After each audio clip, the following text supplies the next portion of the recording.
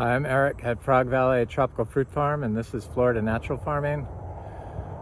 So today I'm just going to walk around and check trees for fruit that's ripe, because the fruit never stops now. I'm pretty sure that next spring we're going to be into a fruit-mageddon where we have so much fruit that it's going to be kind of an issue. It's an issue, and yet it's not an issue. We still have so many sugar apples on our trees. They've really reached a point where they just keep producing and producing and producing. And I know that there's some red sugar apples on these trees. Red sugar apples just do not produce very well, not compared to the greens, at least in my experience. And that's the chewy one or the non-chewy type. The greens really produce well. I prefer the chewy sugar apples, and I just can't believe how many we have this year. It's just totally been crazy. And sugar apples are one of those things where they just are so inconsistent.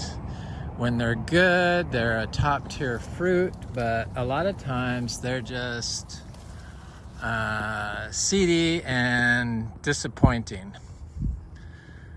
And it can really change your outlook on what you think of the trees, depending on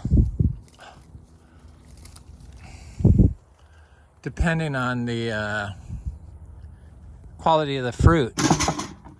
I bought fruit for the first time from Palm Beach Rare Fruit Council, the sugar apple, and I had some trees that had some fruit on them, but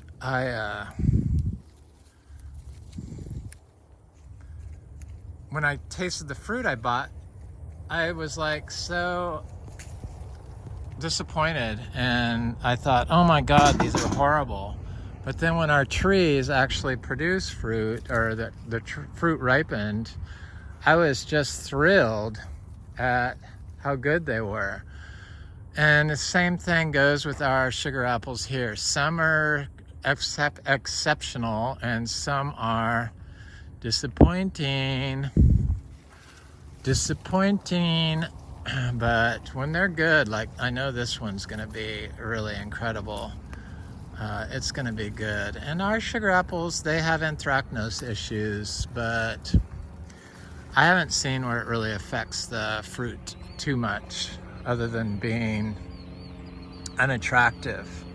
But I tell you what, I'd rather see a blemished fruit here and there than a totally clean fruit throughout a farm, because then I just know that they've been using fungicides and God knows what else. And if you're using fungicides, you're probably using everything else, like slow release fertilizers and other industrial pollutants.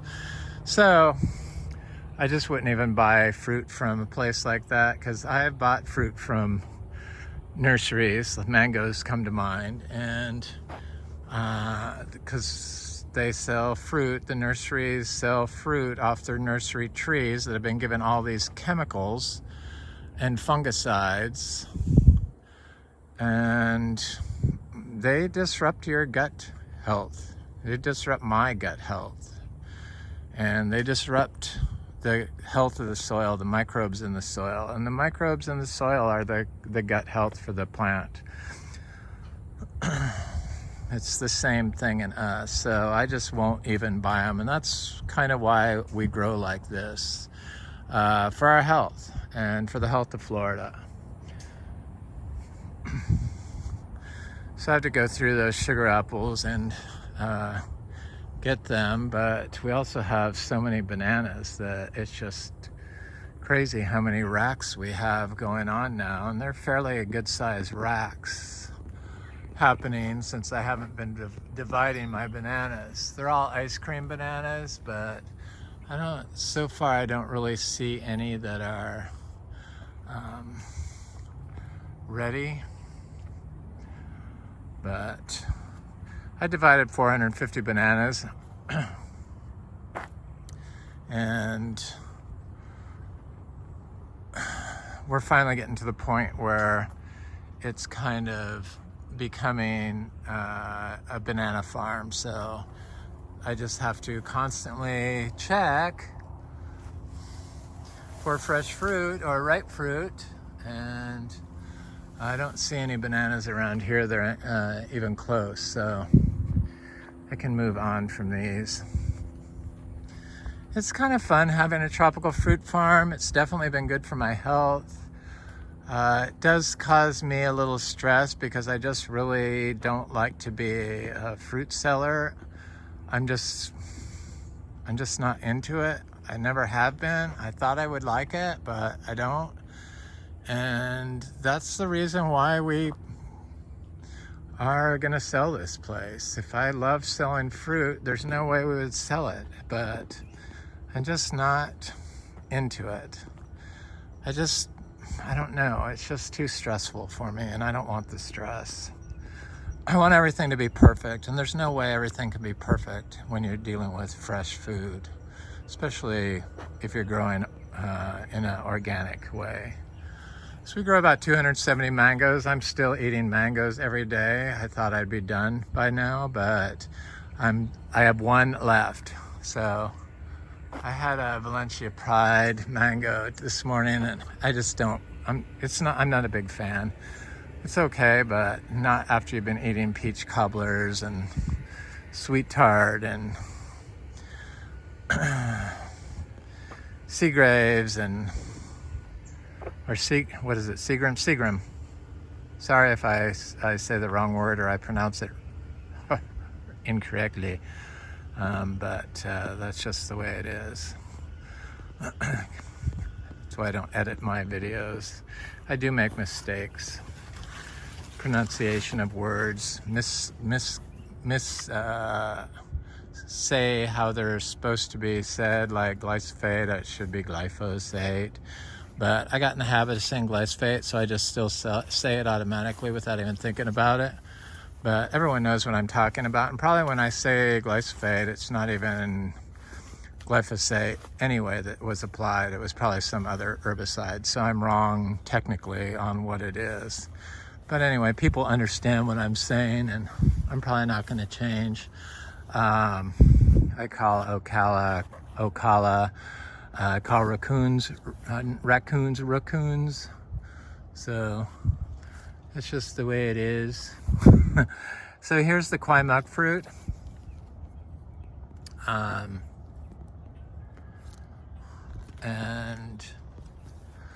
it's close. I imagine I could pick it now and it would ripen up off the tree, but I usually like to wait until it gets a little fawn color to it, and this one's getting very close. It's good sized fruit. Some very delicious fruit. Artocarpus parvus used to be Artocarpus hypergyrus. It's very nice fruit. The mangoes are really looking good. This is a peach cobbler mango, and this is a pineapple pleasure mango. Pineapple pleasure is an awesome mango. Fruit punch. Of course, the mangoes are done until next spring, so possibly I could maybe find a mango or two still on the tree, but I've stopped looking. I'm kind of over mangoes for the year. I know when I'm throwing away a perfectly good Valencia Pride mango, half of it, that I'm just done with mangoes for the year. There's a sweet tart mango. Here's that jackfruit tree that should be starting to flower up again. It produces fruit in winter. It's a dwarf variety, a very good crunchy crunchy amber variety. It's quite delicious, actually. Tiny little fruit, tiny little tree, grafted tree. Got some bananas over here that were kind of big. Nope. Boy, it's Weedmageddon around here. course, all these weeds are medicinal herbs that you see here. So this is Biddens, and it's known to tighten your colon and be hepaprotective. This is a diamond mango. This is a ice cream bean. I imagine if I tried to look, maybe we're gonna start getting some ice cream beans, but I haven't even bothered. This rasapote is looking really good. It's got 4 fruit on it, this little tiny shade-grown tree. I thought it had 3, but it has 4 fruit. And I love rasapote. I love good canistel fruit. And here's a Garcinia acuminata. I'm pretty sure that's what this is. It's definitely, it could be madruno, but I would have thought it would have flowered by now if it was madruno. So, but I'm pretty sure it's acuminata, but maybe I'm wrong. Looks like oyster mushrooms growing here. What are these? Very nice looking mushrooms. I don't know what they are.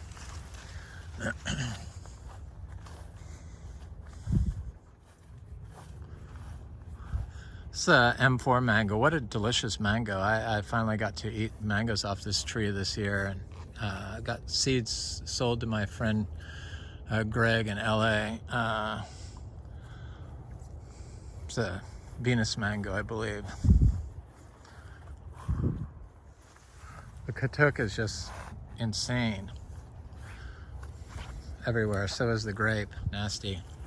I'm not a big fan of grapes. They just overpower a tree too quickly, and I'm constantly, even though this is a male Garcinia livingstonii, I still like to keep the vines off my trees.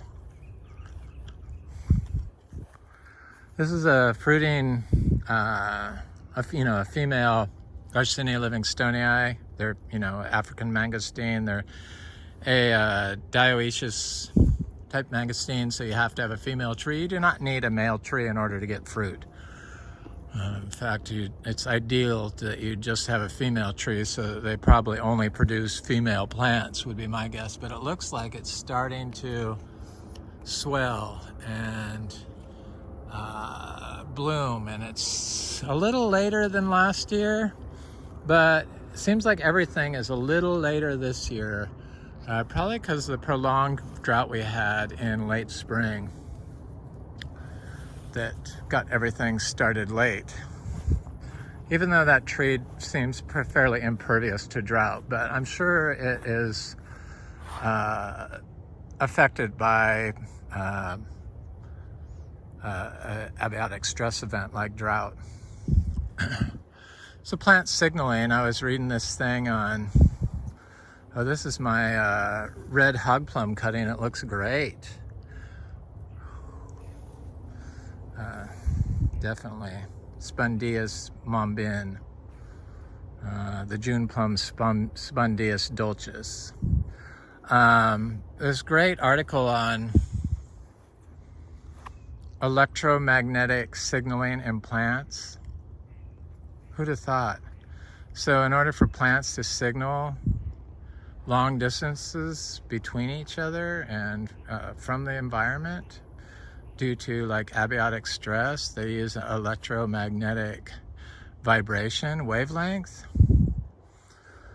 And it turns out that the calcium cycle,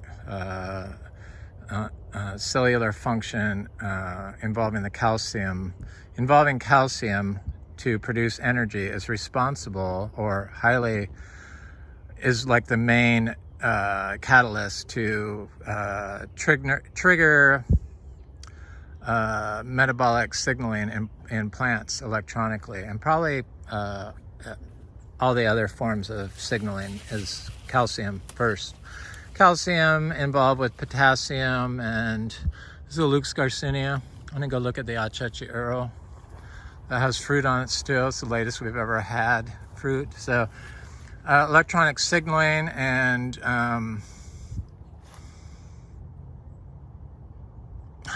mechanical signaling, pressurized mechanical signaling.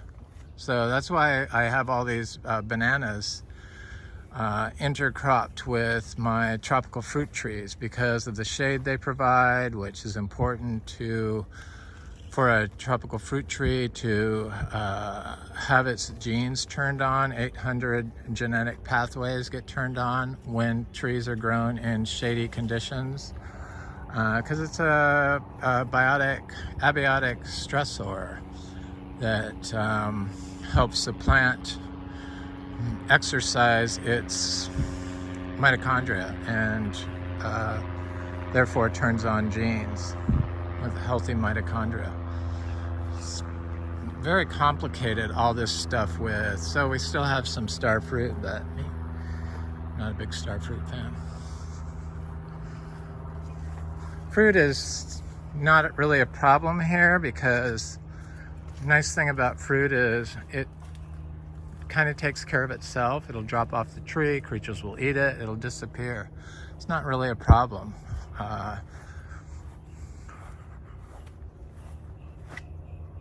But there's lots of fruit here to be had every day. So the calcium cycle, and for some reason people think you have to apply calcium in Florida, but that's due to management of your soils, usually from industrial fertilizers combined with mowing. Creates a compacted acidic soil that is unable to balance the pH of the soils, because the microbial life cannot work correctly when the pH is out of balance and there's not enough carbon in the soil due to poor management of our soils, due to the depletion that is caused by industrial pollutants, or industrial fertilizers rather, and mowing, which causes compaction. So calcium can't be uptaken by a plant, so they're always shown to be short in calcium, even though calcium is abundant, and there's very rarely a shortage of calcium in any plant around the world. I think it's the most available nutrient there is in our soils, and especially in Florida, where we're on calcareous rock, we have plenty of calcium, but yet they tell you to apply gypsum. And the applications of excess calcium can cause a nutrient imbalance, especially in the combination with salt-based fertilizers, where they just suck up everything. So industrial fertilizers, water-based fertilizers, they're just on. They have no controls at the gates. And so if you're applying gypsum or a liming agent to rectify your soil, your plant calcium shortage, because your plant can't uptake calcium because the pH of the soil is out of balance, and in the rhizome of the plant doesn't have any biology, which would create a homeostasis of biology in the rhizosphere that would enable the plant to manage the pH in its rhizosphere correctly for the uptake of calcium. Since they manage the soils incorrectly, they mismanage the soils, then there is no biology, not enough biology to create that managed or that balanced effect in the soil that is plant beneficial. So they apply gypsum to counteract the issues that they caused in Florida, and it puts the system out of balance. And then when there isn't a check on the calcium in the cell, then it can cause problems. So less is more, and removing ourselves from the system in Florida seems to be key. And they're finally discovering all this stuff, and slowly but surely everyone's getting on board. But I still see people wanting to know what to spray on their tree for combating fungal issues, but they don't understand that the copper they spray could lead to detrimental effects on their tree, or have the ability to cause cognitive decline in them when they consume the copper that is going to be in their fruit from their applications of copper to prevent fungus.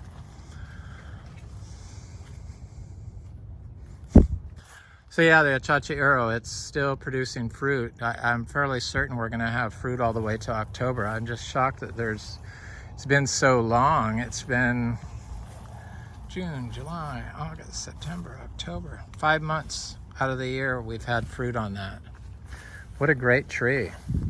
That's why we started this farm, the achachiro. These star apples are looking good.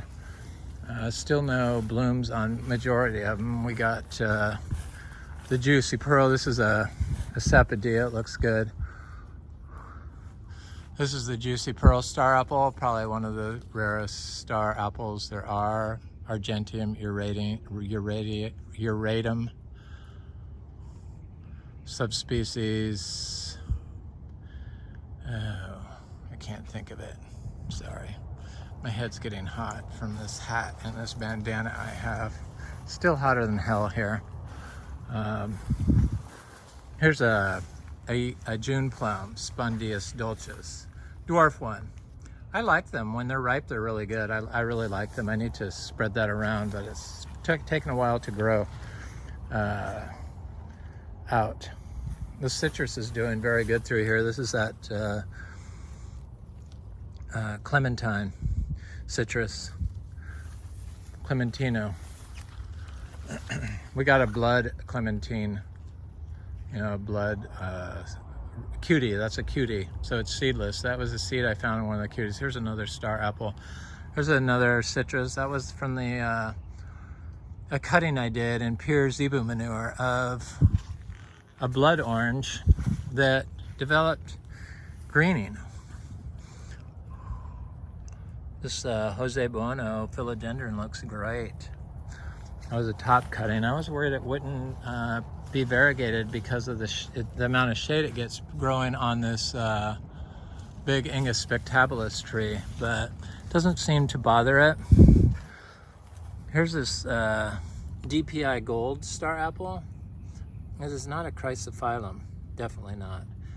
I mean, yeah, it's not a chrysophyllum. Yeah.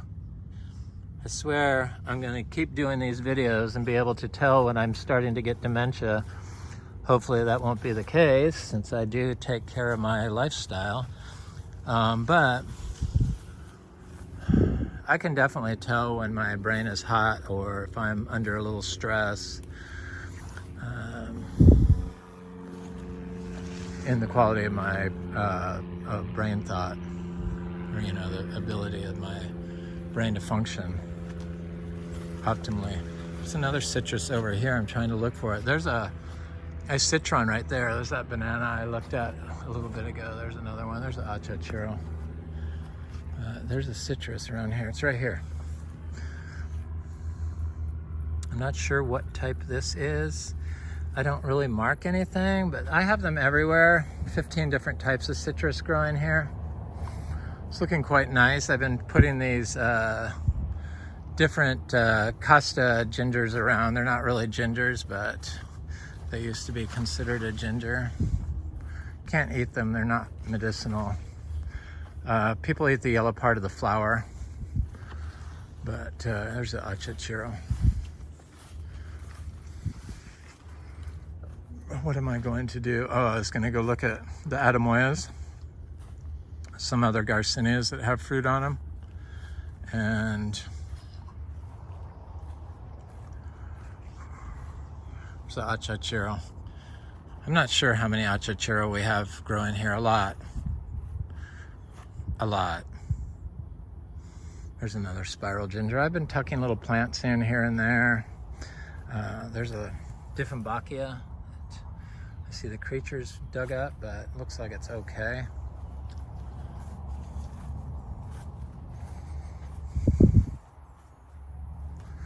Everything in here looks really nice. I went over this stuff. There's a banana starting to bloom in full shade.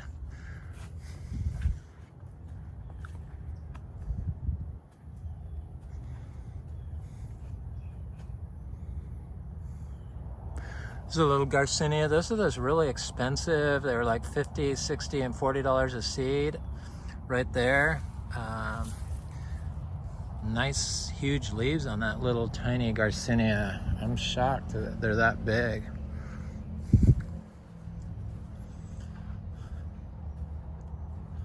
Keep waiting for this cacao to start blooming again. I'm not sure if it's going to. It's produced 30 fruit last year. It's a seed grown dry farm cacao. We dry farm everything here. So I've been waiting for it to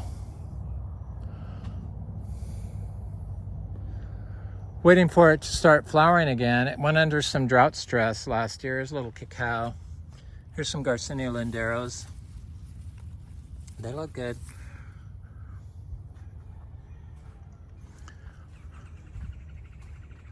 I think Garcinia lindero is Garcinia magnifolia subspecies, or a improved variety of magnifolia. It's supposed to be a good fruit.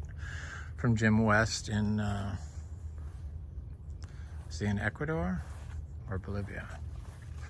I don't know. Somewhere down there. Oscar at Fruit Lover sells the seeds. He got a new website, and I haven't had a problem getting seeds from him in a long time, but he got a new website, and I'm I'm just short 2 orders. It's been an issue with him in the past with people, and but if you tell him about it, he quickly rectifies it. So I had an order of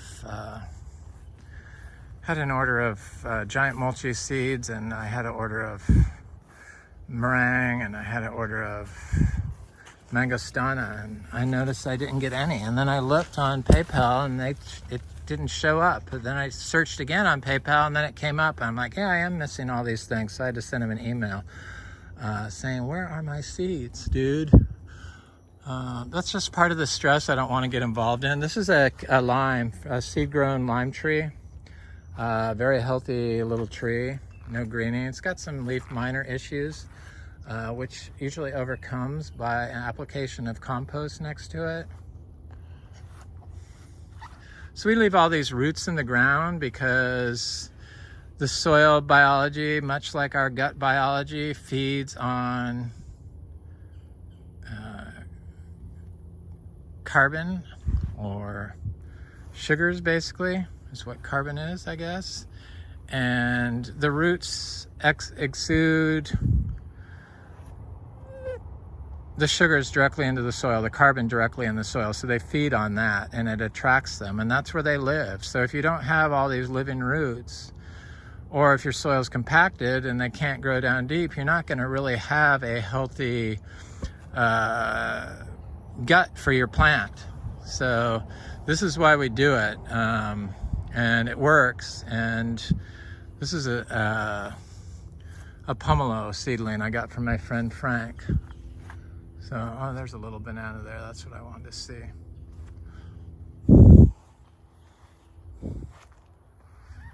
Looks really good. All this cassava is just amazing how much cassava there is here. I just break it and put it in, and break it and put it in, and break it and put it in. And obviously it's putting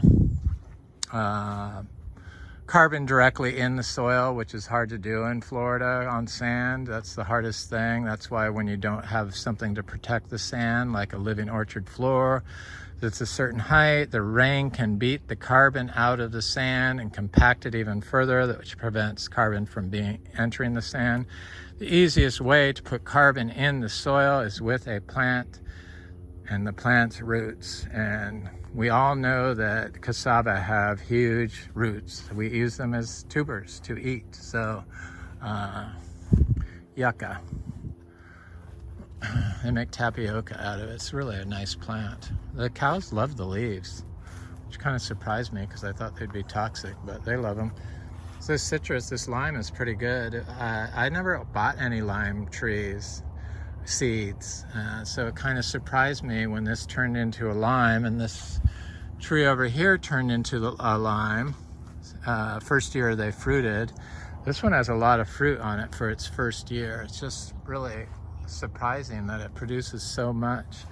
So I don't know what type of lime it is. It's ripe right now, so it's very nice to have a citrus in summer that's ripe. I don't know if that's typical, but we can't sell citrus anyway, so you could if you had it sprayed or you sprayed it and got it inspected, because they're worried about greening, which we don't have an issue with. Obviously, if we're getting that much blemish-free fruit, we don't have greening. There's an achachiro, there's an aki fruit.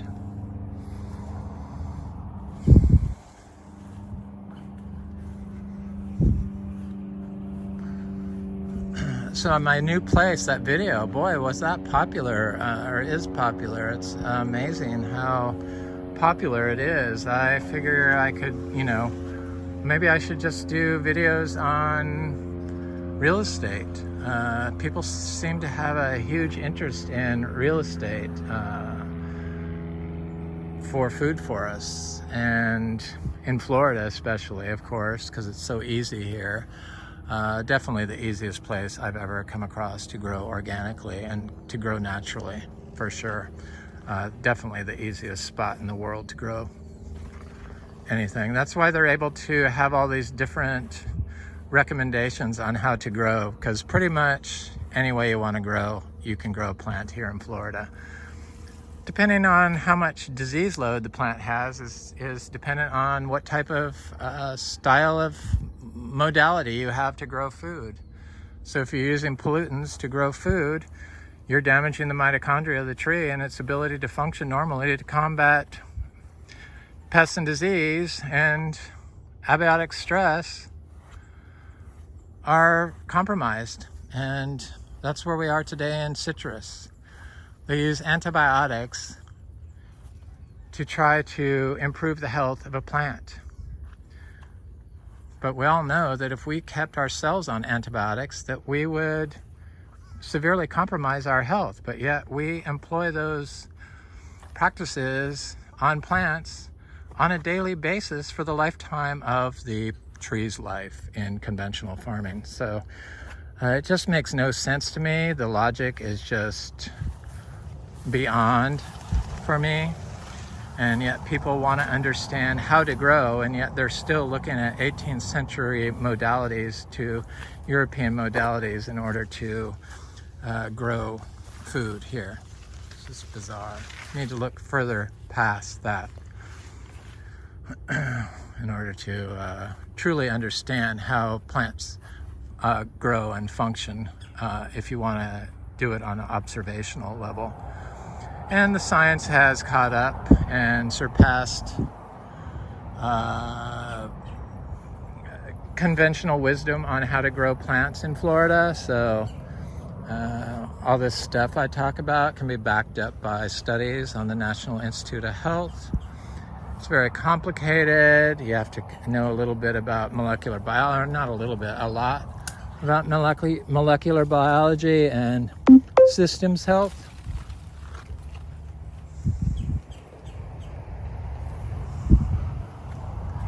Garcinia gardneriana. This is the seashore mangosteen, a female tree. You have to have a female in order to get fruit. You do not need a male to get fruit, but you definitely need a female to get fruit. In fact, I'm sure that the female fruit will only produce female plants if it's unpollinated. So I don't know that for a fact, but I'm pretty sure that's the case.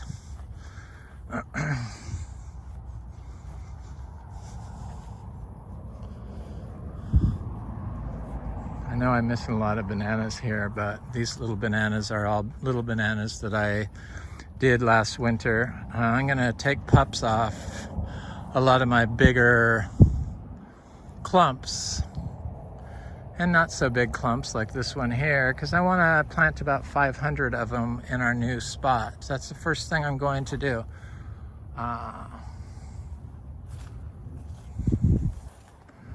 There's an achachiro. There's all kinds of stuff in here. There's sapodilla, there's bananas, there's cherry of the Rio Grandes, there's other different Eugenias that I got from Frank. There's citrus, different types of citrus. There's my sweet Sweet lemon drop mangosteen, Eric's sweet lemon drop mangosteen hybrid. Then I have cacti and stuff, you know, opuntias,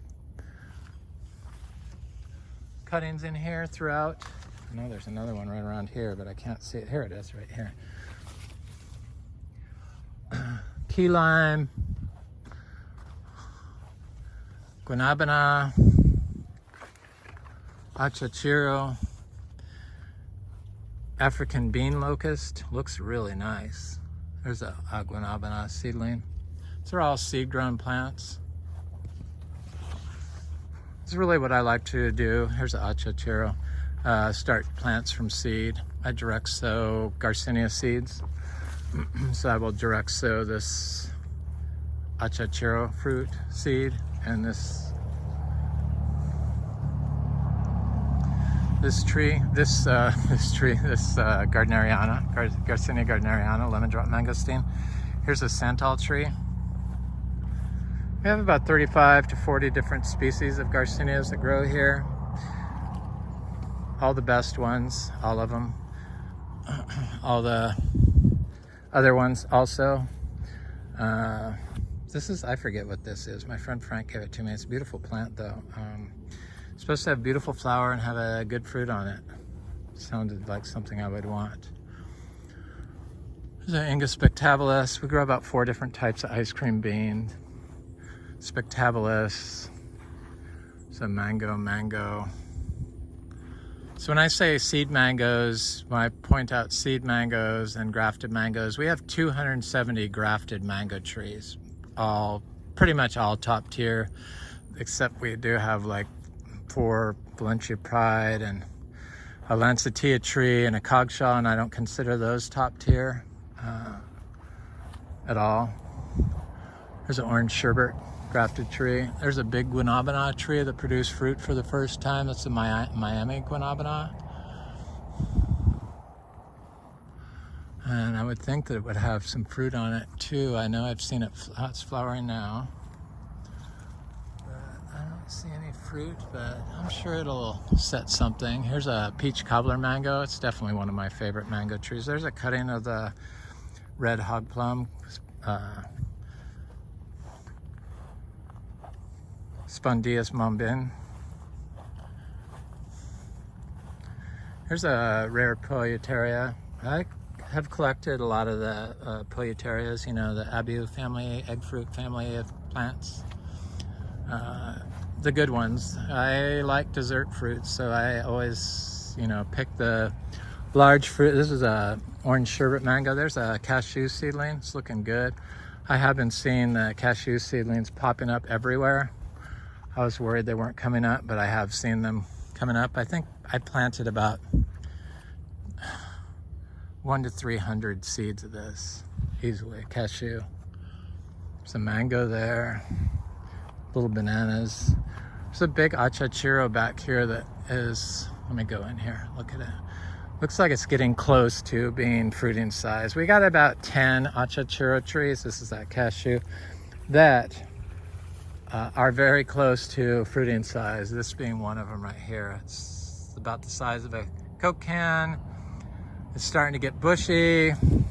I wouldn't be surprised if that tree started fruiting this year.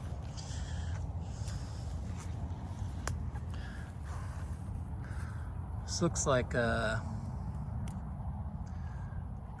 coral colored flower. I forget what it is. They do the highwaymen paintings. I got some seeds from my friend Frank. That's what that looks like. Citrus. Of course, these are the sugar apples. Mangoes. Bananas.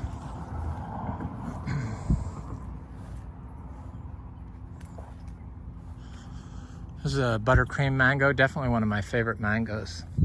Here's our Miko lemon. So this is our own variety of lemon. It's a hybrid. And these trees look so good this year. They produce fruit. It's all seed grown. All our citrus is seed grown. They look really good this year. Hardly any leaf minor issues.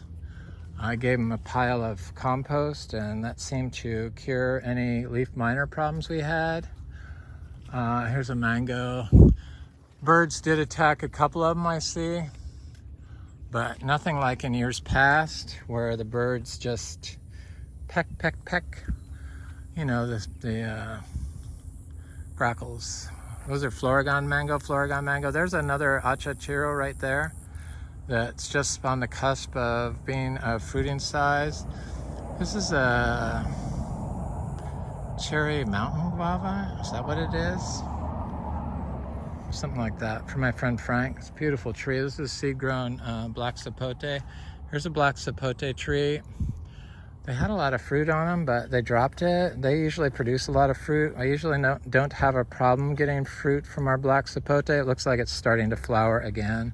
It is. So, like I said, we don't usually have a problem getting fruit from our black sapotes. Black sapote is an excellent fruit if you let it ripen on the tree. If you don't, it will be flavorless and forgettable. But if you let it ripen and get soft on the tree, it's sweet and delicious, like chocolate pudding. Delicious. Yep. It's orange crushed jackfruit. There's another Miko lemon. This one got attacked by the birds. You could see the scarring. That didn't get this one over here so much, but there's fruit on that tree. Sufficient amounts. It's a very good lemon. It's I think it's a grapefruit hybrid. We're on our second generation. Maybe this year we'll be on start our third generation at our new place. In here, there's just so much stuff. It's just hard to keep track of it. It's just like full of stuff. Mangoes and cashews. I see a nice looking cashew in here. It's got a curry tree. It's just got ademoyas and sugar apples and you name it, it's got it in there. Here's a mango. Here's a guava. Here's a Eugenia pitamba. I'm not a big fan of those. They've produced fruit before. They're okay, but kind of like a dried apricot flavor. They're okay. There's a big clump of bananas that always produces a lot of fruit. I'm surprised there's no flowers on it. It's probably getting ready to give me some. This is a great big giant Ruby Supreme guava. We do not get bugs in our guava fruit. These are all dry farmed, and you know, this tree is covered in fruit. This is of course, dry farming in Florida is kind of like, I mean, it's kind of a joke because it's so wet here a lot of the year and the water table can get very high, but the droughts can be very severe, especially if the plants are used to getting a lot of water when you plant them, and then it goes into a drought for the first time. On seeds that you get from somebody else, this is Ademoya. I love it, a little green tree frog baby. Of course, my camera is not behaving. Ademoya seedling. I've planted a lot of ademoyas through here, seed-grown ademoyas. I love ademoyas. Ademoyas are always consistently good. Never an issue with a bad ademoya. So I'm going to try to make my way through here. Here's another cashew seedling. Cashew's a really delicious fruit to juice. It's kind of low in sugar and it has a high magnesium level, so our soils are high in magnesium according to our soil test, and potassium, both issues that a lot of people have in Florida are magnesium and potassium insufficiencies.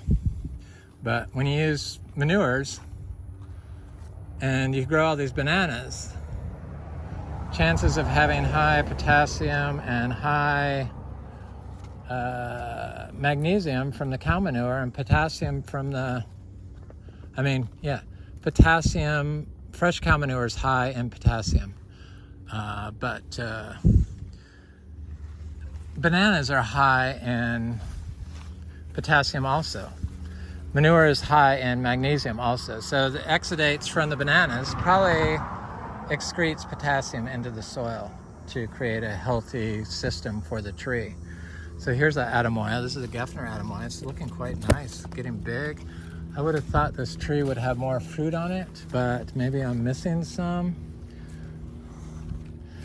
Maybe it's getting a little too much shade, but I doubt it. It's just now getting of size. So probably next year it's going to crank the fruit out, because they are good producers, especially Geffner produces very well. Priestley produces very well here. I've been told before that Priestley doesn't self-pollinate well, but I haven't had that experience. Our Priestley, all of our little seedling trees all came from Priestley fruit, dry farmed. Not see any other, oh yeah, there's some up here, good. Yeah, up towards the top in the sun. So maybe it is a sun issue. These Anonas, they do not like water, so you're better off planting them on high ground. I've seen people plant sugar apples right next to a pond, a water puddle pond, and I'm like, no, that's not gonna like it there. But people have to learn at their own pace. Some of these sugar apples are just, I missed getting some. This one just is like not gonna be very good. There's some good, better ones up there.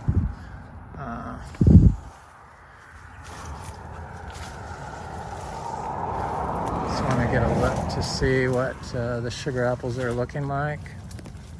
I don't know why this branch, the creatures. The creatures have been going in here trying to get the sugar apples probably. So there's some good sugar apples here. Here's a great big Ilama tree. It's looking good. Hopefully next year we'll get fruit off that. More sugar apples. There's another Ilama over here. It's looking so nice. This Ilama was not looking good. This was a gift from my friends in Oviedo, Stella on YouTube, and they comment, and they brought me a Annona macrophyllata. It used to be Annona diversifolia, and the Ilama bicolor, which has pink and white speckled fruit, or like a mix of white and pink. Looks really good. Described the flavor as excellent, but it wasn't doing very good. These are the old leaves. And so I dug up a little soil from that Ilama that's doing good from around the trunk of the tree, and then dug a little hole and put it around the trunk of this tree, and the new growth on it is great. It's got new growth. It looks great. It doesn't look like it has any issues whatsoever.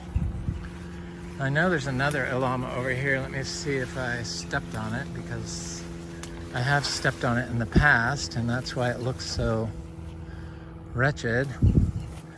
But I don't think it's here. Maybe it's up here. I had a path through here which helped things, but I kept knocking my trees, and there it is. Oh, it looks great.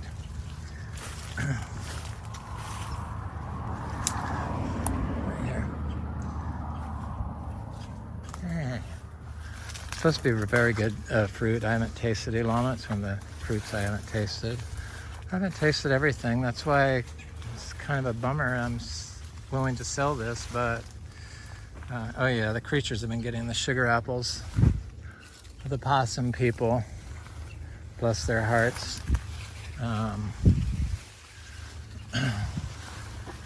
Well, somebody's got to get it. If I'm not getting it, I just, once I get turned off by a fruit for a season, oh yeah, they broke these branches.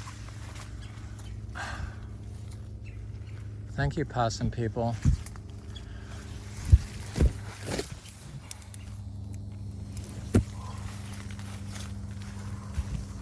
Probably get sick and die from the seeds. Here's a custard apple tree. It's really looking nice. This is a little seed-grown tree. Looks great.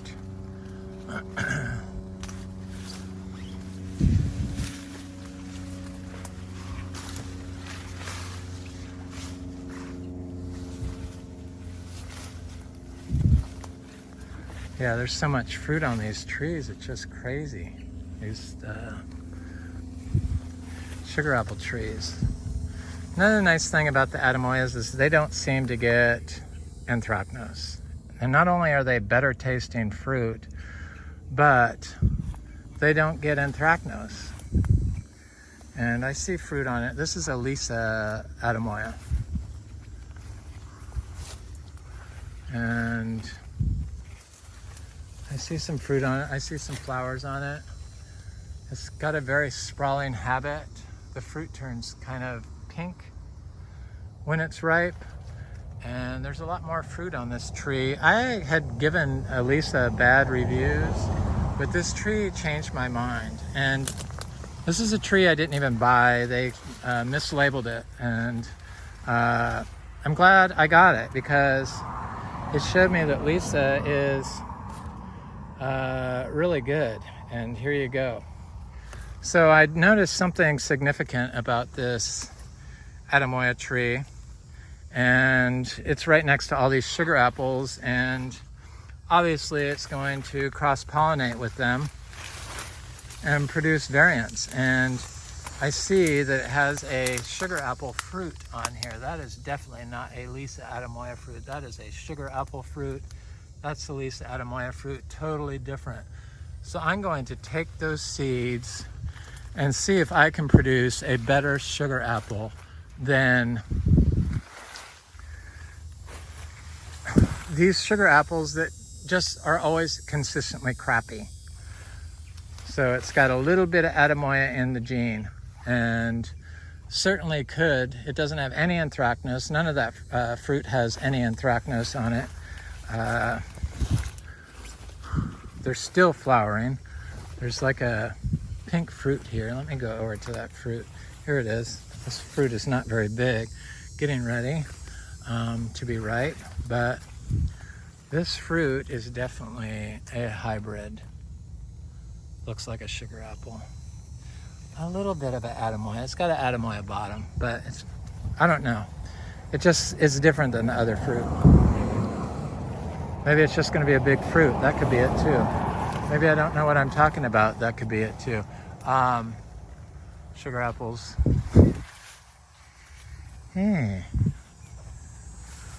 Oh my God, I see all the broken branches everywhere.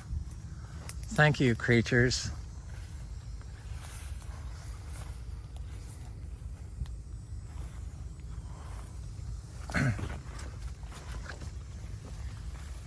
So much sugar apples. I need to come here and get it off the trees to keep them from damaging the trees. That's part of the problem too, so I'm going to do that when this video is over, which it just about is. Here's some of my little cashews popping up.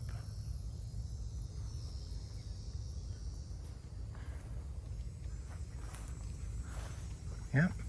I'm going to go over to the custard apple tree and see another custard apple that had flowers on it to see if it by any chance set some fruit. Boy, it's been a very long sugar apple season, and it looks like it's still going. This is a chewy red sugar apple that this year it did not produce any fruit. Not sure why that is, but the red sugar apples are always poor producers for me, whether it's the chewy ones or the non-chewy type. More bananas, more sugar apples. This is another red sugar apple, the Thai Lessard seedling. Or the Kampong Mauve, sorry. Starting to make mistakes.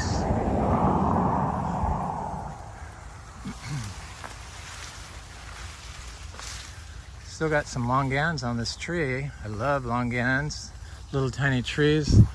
I got a lot of seedlings, longans coming up.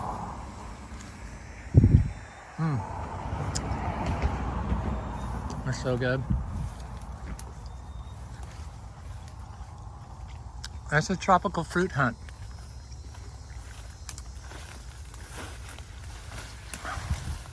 So here's that custard apple, Annona reticulata,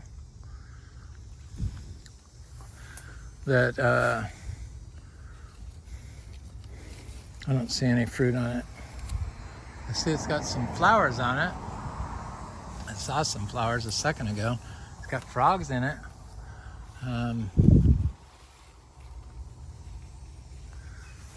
Little flowers that won't produce any fruit. Worthless. This is an Angus cinnamoniae. It's one of our Miko lemons. Let me get out of here. It's pigeon peas. There's an Adamoya. I wonder if that has any fruit on it. It'll be the first year it produces. A priestly Adamoya. It's kind of bigger than the others, or the other seedling trees. But no flowers, no fruit. Probably next year, I would guess. For sure. I tried there's another, there's a giant sweet ubaje, Eugenia. I tried to plant all Adamoyas, but I just couldn't find them in large quantities, trees, when I planted out this place the first go round. There's a Miko lemon, there's a jackfruit. Anyway, I'm Eric at Frog Valley Tropical Fruit Farm, and that was my tropical fruit hunt. I hope you have an excellent day. Please like, share, and subscribe, and leave a nice comment. I usually like hearing from everyone. Thank you.